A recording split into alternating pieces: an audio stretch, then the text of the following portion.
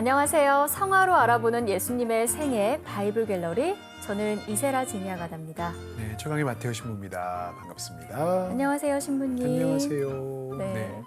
신부님, 네. 오늘이 바로 예수님의 공생애를 다룬 2부 네. 마지막 시간입니다. 벌써 또 그렇게 됐어요? 네. 참. 오늘 다룰 주제는 음. 예수님께서 최후의 만찬 자리에서 제자들의 발을 씻어주신 장면인데요. 네네.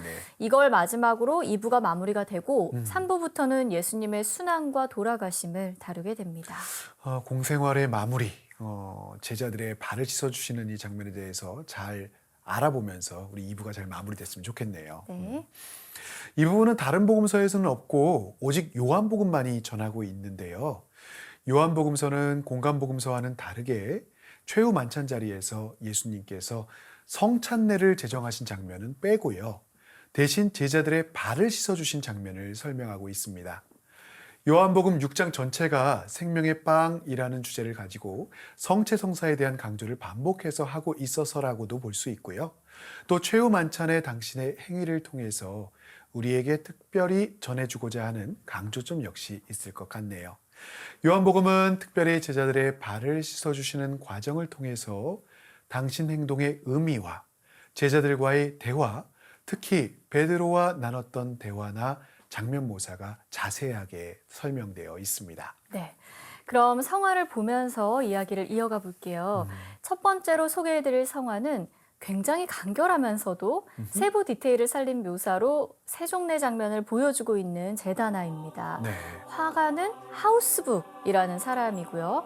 제다나에서 양 날개 부분에 그려진 그림 중 하나예요. 네. 다른 날개에는 최후의 만찬 장면이 그려져 있다고 해요. 그러니까 세종례가 만찬 자리에서 있었던 일이기 때문에 이 네네. 둘을 작가가 짝지어 놓은 듯합니다. 근데 제 질문이 하나 있는데요. 네. 하우스북이 사람 이름이에요?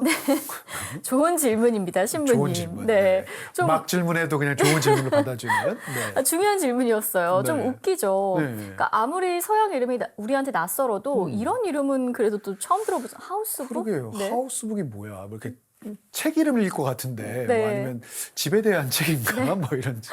이거는 사람 이름은 아니고요. 사람 이름은 아니에요? 아닙니다. 네. 후대 사람들이 이 작가를 부르는 임의상의 이름이라고 생각을 하시면 될 것 같아요. 하우스북은 15세기 말, 네. 그러니까 1400년대 후반이겠죠. 네네. 그 시기에 활동을 했던 것으로 보이고 활동 무대는 독일이었습니다. 근데 이때만 해도 독일에서는 작가가 자신의 작품에 서명을 한다거나 작가를 예술가로, 창조자로 인정하고 존경하는 문화가 정착되기 전이었거든요. 그러게요. 그때 당시에 독일 쪽에 유명한 사람이 이렇게 딱히 떠오르는 인물이 없는 것 같아요. 네. 뭐 동시대 인물 뒤로가 있기는 했지만 근데 어쨌든 그런 문화는 이탈리아에서부터 시작이 됐었고 독일로 넘어오기까지는 시간이 좀 걸렸던 거죠. 네. 그러니까 미술가를 창조자나 예술가가 아니라 육체 노동을 하는 쟁의로 여겼던 중세의 인식이 남아 있었던 거고요. 네네.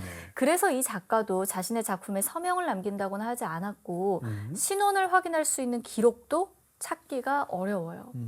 그래서 이 작가의 존재에 대해서 여러 논쟁이 쭉 있어 왔는데 네. 중세의 하우스북이라고 불렸던 한 권의 책 때문에 합의를 보게 됩니다. 네, 이 책은 수십 개의 드로잉이 들어가 있는 사파집인데요. 네. 중세 말의 궁정 문화를 보여주고 있다고 해요. 이 드로잉의 수준이 상당히 높았고 당시 생활상을 보여주는 귀한 사료이기도 했기 때문에 네. 이 작가를 마스터 오브 하우스북이라고 부르기 시작했던 거죠. 네네네. 네, 지금 소개해드린 제다나의 인물의 모습이나 네. 밑그림 등이 하우스북의 것과 일치를 하기 때문에 이 제다나 역시 그의 작품일 거라고 우리가 추정을 하는 거죠. 그렇게 해서 하우스북이라는 이름이 붙여졌군요. 맞습니다. 이름에 참 재미있는 그 배경들과 상황들이 숨어 있는 것 같아요. 네. 그럼 이게 제다나라 그러셨으니까 어느 성당에 있었나요? 네. 근데 작가만큼이나 작품에 대해서도 알려진 바가 많지가 않거든요. 그래요 또? 네.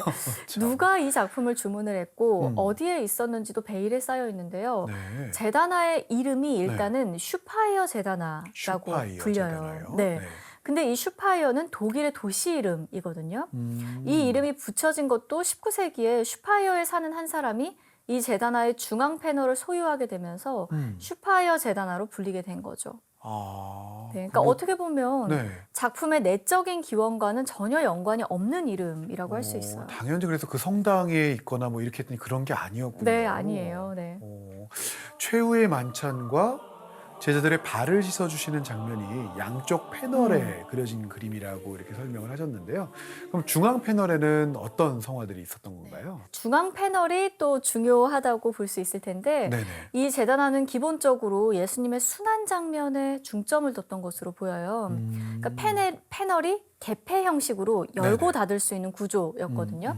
닫혔을 때 네. 바깥 날개 부분에 묘사된 게 최후의 만찬과 세종례인 거고요. 네네. 그걸 열면 중앙 패널에는 예수님의 십자가상 장면이 있었다고 합니다. 개폐 형식이었다라고 했지만 보통 때는 열려 있으니까 그렇죠. 그럼 제대 위에서 미사가 봉헌될 때는 신자들은 성찬의 전례 그리고 세종례 그러니까 제자들의 발을 씻어주신 성찬례를 묵상하면서 미사에 참석할 수 있었다라는 이야기가 맞습니다. 되겠네요. 네. 이 성화의 장면을 보면 굉장히 핵심을 잘 잡아냈다는 생각이 드는데요. 무릎을 꿇고 계신 예수님의 모습이라든지 만류하는 베드로 사도의 모습 네. 또 예수님의 등 뒤에는 혼자만 후광이 없는 그런 유다가 있고 그렇죠. 기본적으로 성경의 내용을 굉장히 충실하게 전하려고 했었다라는 느낌이 들어요. 맞습니다. 저는 이 그림이 귀엽다는 생각도 들었고요. 네네네. 이 오밀조밀 사도들이 모여있는 모습이 아늑하고 좀 따뜻한 느낌을 주기도 해요. 네, 그런 느낌이 분명히 들고 네. 그러면서 오직 한 사람 유다만이 화가 난 표정이어서 이 사람이 유다다라는 걸 보여준과 동시에 이 사랑과 섬김의 예식이라고 할 수 있는 발씻김 예식에 참석하지 못한 유일한 사람이 품고 있는 분노 혹은 화를 잘 표현해 주는 것 같아요. 네. 어떻게 보면 그런 분노와 악의가 있었기 때문에 발씻김 예식에 초대를 받지 못한 것일 수도 있고요. 네네, 그럴 수 있겠네요. 네.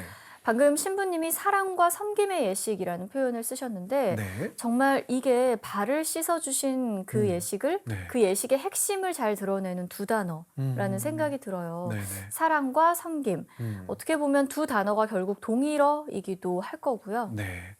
요한복음사가가 성체성사 제정을 이 마지막 장면에 넣지 않고 발을 씻어주는 예식을 넣다는 것은 성찬례만큼이나 이 의식을 중요하게 봤다는 의미도 될 수 있을 것 같아요. 당시에 발이라고 하면 지금도 물론 뭐 그런 의미가 있습니다만 가장 더러운 신체 부위로 여겨졌고 누군가의 발을 씻어주는 것은 종의 역할이었거든요. 네. 예수님께서 직접 무릎을 꿇고 제자들의 발을 씻어주신다는 것은 그래서 겸손한 사랑의 극치이고 또 이런 사랑을 똑같이 서로에게 베풀며 살아가는 걸 직접 보여주신 그러한 예이기도 하니까요. 네. 결국 서로 사랑하라는 게 예수님이 순환의 길로 들어서기 직전에 남기신 마지막 메시지인 셈이네요. 네, 그렇게 볼 수 있습니다. 다음에 소개해드릴 작품에서는 무릎을 꿇고 발을 씻겨주는 예수님의 모습이 더 돋보이는데요. 네. 함께 봐보도록 하죠. 전 시간에도 등장을 했었던 틴토레토의 작품입니다. 네. 역시 틴토레토답게 이번에도 역시 예수님을 중심이 아니라 주변으로 옮겨 놔버렸네요. 맞습니다. 네. 저도 이 작품 보고 처음 들었던 생각이 그거였거든요. 역시 시선을 분산시키는 그림이지만 네. 일단은 우리가 제자들의 발을 씻어주시는 장면에 먼저 집중을 해볼게요. 지금 보시면 베드로 사도는 서 있고 네. 예수님은 무릎을 꿇고 있어서 네. 예수님의 겸손함이 더 강조가 되고 있습니다. 그 부분만 들여다보면 사실 예수님이 종이나 뭐 시종 이렇게 보이고 베드로 사도가 주인같이 그렇게 보여요. 얼핏 보면 정말 그렇습니다. 네. 그림을 이렇게 쭉 훑어보면 여기저기 재미있는 요소가 참 많은 것 같은데요. 이 예식을 준비하는 제자들의 모습도 재밌고요. 뭐 신발이나 옷가지를 벗겨주는 것처럼 보이고 탁자에 팔을 올리고 이야기를 나누는 제자의 모습에서는 어떻게 보면 근심에 휩싸여서 예수님께는 도대체 무슨 일이 일어날까? 우리 중에 배신자는 누구일까? 이렇게 이야기를 하는 것 같기도 하고요. 한편으로는 발을 씻겨주는 이 상황과는 무관하게 그냥 피곤하거나 졸려하는 것처럼 보이기도 해요. 네, 제자들의 모습이 참 다양하죠. 네네네. 몰려있는 것도 아니고 화면 여기저기 흩어져서 네네. 저는 이거를 보면서 제가 12사도 모두에 대해서 잘 알지는 못하지만 네. 아 그렇지 사실은 이 사도들이 한 사람 한 사람 모두 개성이 강한 사람들이었지 하는 생각이 다시 들더라고요. 한 장소에서 이렇게나 다양한 방식으로 존재하는 캐릭터 있는 그런 사람들인 거죠. 우리가 사도들을 하나의 그룹으로 또 묵급으로 주로 인식을 하게 되지만 자세히 들여다보면 성격도 생각도 살아온 배경도 모두 다른 사람들이죠. 그런데 그렇게 서로 다른 사람들이 예수님을 만나면서 당신의 뜻을 따르고 교회 안에서 일치를 이루려고 노력하고 실제로 그걸 이루어 간다는 말이에요. 개성 강한 사람들이 그 개성을 때로는 유지 발전시키고 또 때로는 자신을 희생하고 포기하면서 죽여가면서 하나의 공동체를 이루어가는 과정 자체가 당신이 말씀하시는 사랑의 과정이고 사도들 각자에게도 이 사랑을 배워가는 과정이었으리라고 생각을 해봅니다.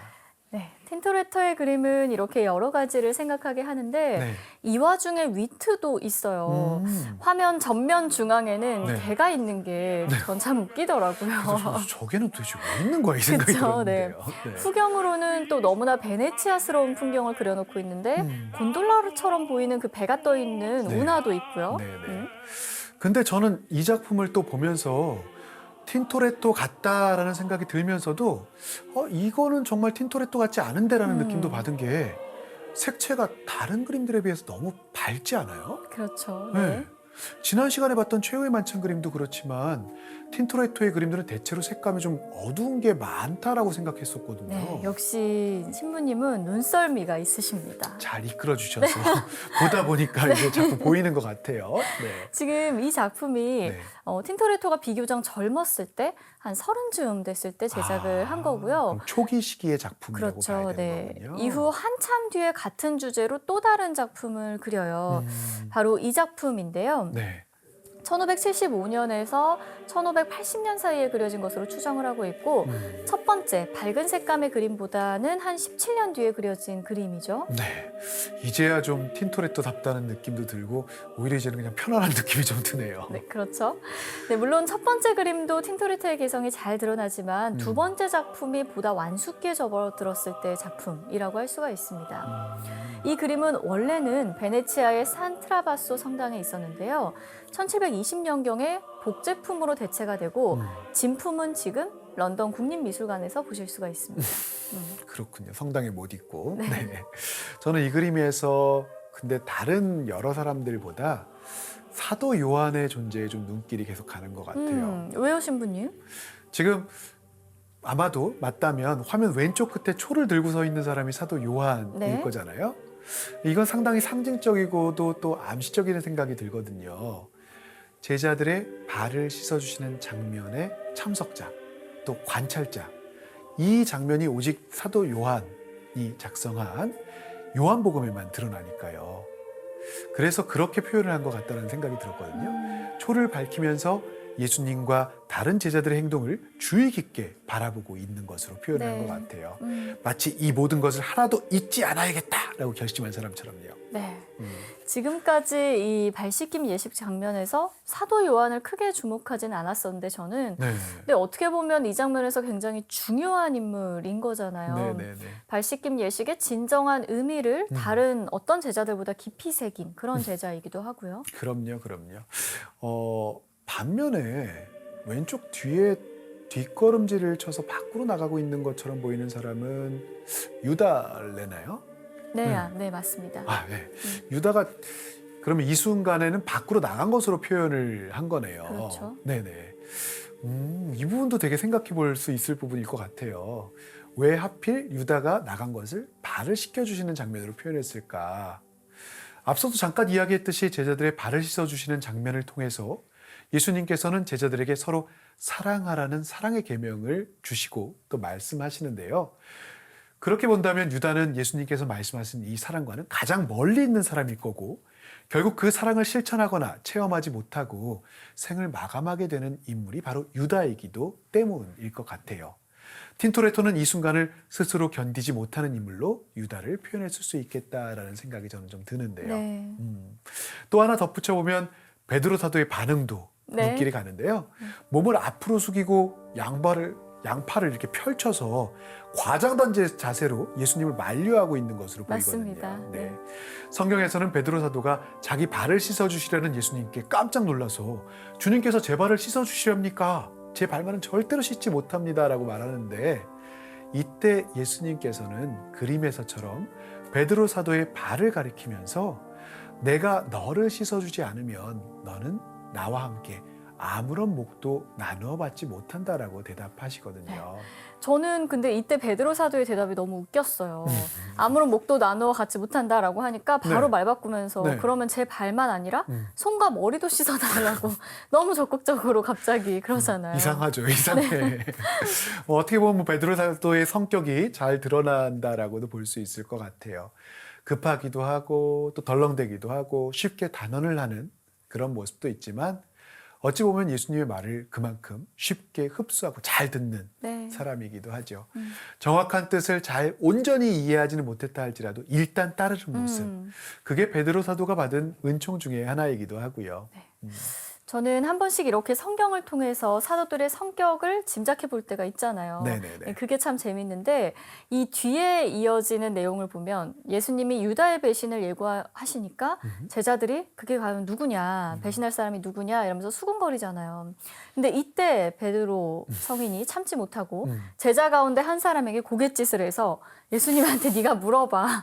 그 사람이 누군지 물어보라고 이렇게 시키잖아요. 네, 직접 물어보지도 않고 그쵸. 물어보라고 시키고. 자기가 네. 직접은 안 하고 네. 이제 동생 시키는 맏형처럼 상상해 보면 재밌는 장면이고 베드로 사도의 궁금한 걸 그 참지 못하는 성미를 잘 보여주는 것도 같아요. 진득하니 기다리지 않고 빨리 물어보라 그러고. 네. 요한복음에서 묘사하고 있는 발을 씻어주시는 장면은 참 여러모로 흥미로운 내용들이 많이 등장하기도 하고 아름다운 문장들도 참으로 많은 것 같습니다. 저도 몇 가지 문장들이 좀 떠오르는데 그중 하나가 그분께서는 이 세상에서 사랑하신 당신의 제자들을, 당신의 사람들을 끝까지 사랑하셨다라는 문장입니다. 요한복음사가는 이 장면을 시작하면서 이 문장을 서두에 쓰고 있는데요. 결국은 사랑으로 시작해서 사랑으로 끝나는 사건이라고 볼 수 있겠죠. 네, 그 문장 참 좋네요, 신부님. 네. 그래서 오늘 묵상 주제 역시 사랑에 대해서 한번 머물러 보았으면 좋겠는데요. 네. 일단 첫 번째로 요한복음에 실린 제자들의 발을 씻어주시는 장면을 서술한 이 요한복음 13장을 한번 꼭 읽어보셨으면 좋겠습니다. 아마 분명히 시청자 여러분들에게도 마음에 와닿는 문장이나 구절이 하나쯤은 있으리라고 생각이 들어요. 그렇게 성경에서 자신만의 문장을 찾고 새기는 것도 좋은 기도가 되거든요. 네, 알겠습니다. 네. 그리고 또 생각해 보고 싶은 것 한 가지는 네. 더 서로 사랑하라는 예수님의 새 계명을 과연 나는 얼마나 지키고 있는지 실천하고 있는지도 한번 돌아봤으면 좋겠습니다. 네. 저는 문득 그런 생각이 드는데요.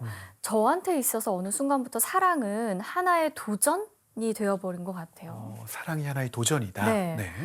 뭐랄까요? 뭐 결코 쉽지가 않아서 이렇게 마음 먹고 해내야 하는 그러니까 늘 실패의 위험을 안고 감행해야 하는 하나의 도전이 되어버린 게 아닌가. 그러니까 그만큼 저에게 사랑이 어려운 게 된 것 같다는 그런 생각이 들어요. 이거는 뭐 여러 가지 사랑을 다 포함하는데요. 가족이나 친구나 뭐 이성 간의 사랑 이런 많은 종류의 사랑을 다 포함해서 하는 말입니다. 어떤 면에서 특별히 사랑이 더 어렵다라고 느끼는 것 같아요? 일단은 네. 뭔가를 바라는 마음 때문이지 않을까 싶은데요. 사랑을 그냥 주면 되는데 주는 것에서 끝나고 더 생각하지 않아야 되는데 내가 이 정도를 줬으면 이 정도를 나도 받아야 한다는 생각이 완전히 버려지지가 않는 거죠. 네. 이런 면에서 사랑은 제가 가진 약점을 마주보게 하는 체험이기도 한 것 같거든요. 아, 내가 이렇게 속이 좁은 사람이었구나. 내가 이렇게 이기적이구나. 뭐 유치하구나. 뭐 이런 식으로요. 네. 네. 네. 그래서 그런지 지금은 정말 주변에 좋은 사랑을 주지 못하고 있는 것 같고 근데 또 돌이켜보면 과거에도 딱히 지금보다 더 나았던 것 같지는 않아서 좀 따뜻한 마음으로 그런 따뜻한 마음을 주변에 전하면서 보냈으면 좋겠다 이런 생각을 해봅니다. 네. 제가 볼 때는 많이 나아졌어요. 우리 모두가 그렇듯이 부족한 부분들은 있지만 그렇게 성장해 나아가고 또 그것을 의식하면서 살아가는 것이라고 생각해 봅니다. 저도 그런 하루하루를 보낼 수 있도록 노력하고 또 함께 기도하겠습니다. 네, 감사합니다. 바이블 갤러리 오늘 순서는 여기까지입니다. 저희는 다음 시간에 다시 찾아올게요. 고맙습니다. 감사합니다.